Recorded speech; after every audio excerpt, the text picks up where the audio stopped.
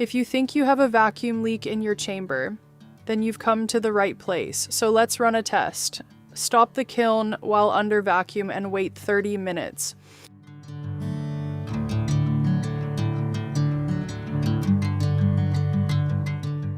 The vacuum level should not drop more than 0.9 in the 30 minutes. Another indicator of a leak, it can be the vacuum pump duty cycle percent on. A leak would cause the pump to run a lot, and this number would be high. If you tested and have a leak, then let's first look at the door seal. Then look at the vacuum check valve. And finally look at the humidity sensor. Usually the door seal develops a big leak, but a smaller leak is possible. The door seal is a wearable component that doesn't last forever and can develop a leak over time. Start the kiln, and while the pump is running, it may be possible to hear and/or find the leak. Using a piece of paper can aid in discovering where the leak is.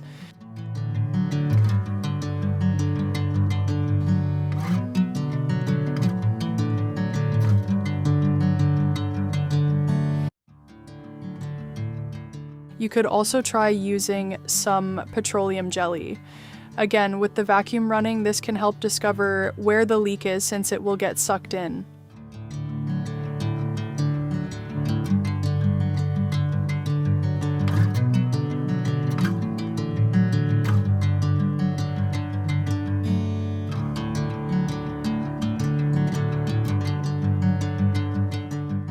If you are still having trouble, try putting the jelly all around the seal, covering the entire area.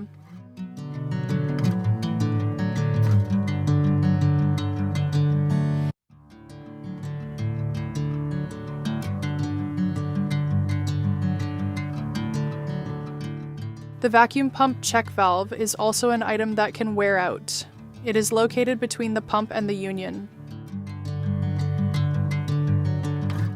To test, stop the kiln while under vacuum, and if the check valve is leaking, then you may hear or even see the leak in the form of water bubbling up the hose.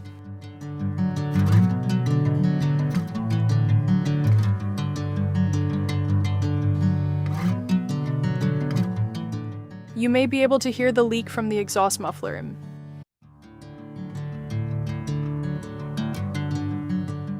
And finally, the gasket sealing the humidity sensor can fail and develop a leak.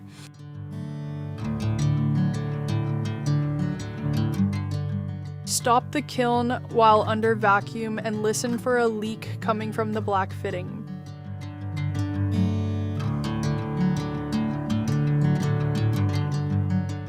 If you didn't find a leak and your pump runs a lot, maybe you have a problem with the vacuum pump. We hope this helped. Thanks for watching.